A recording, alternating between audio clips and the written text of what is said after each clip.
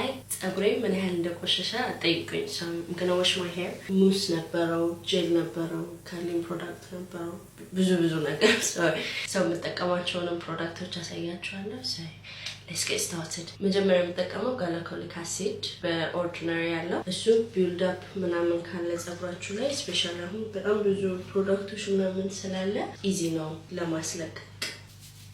ለአንድ 10 ደቂቃ ተዋለሁ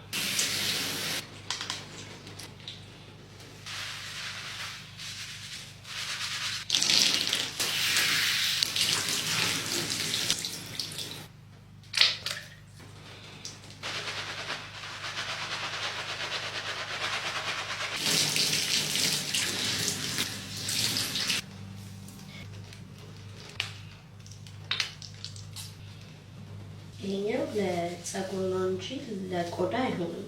ጸጉሬን ብቻ ነው ማድረግ እንጂ ቆዳዬን አላስነካውም አሁን አንድ 5 ደቂቃ ተዋለሁ ማለት ነው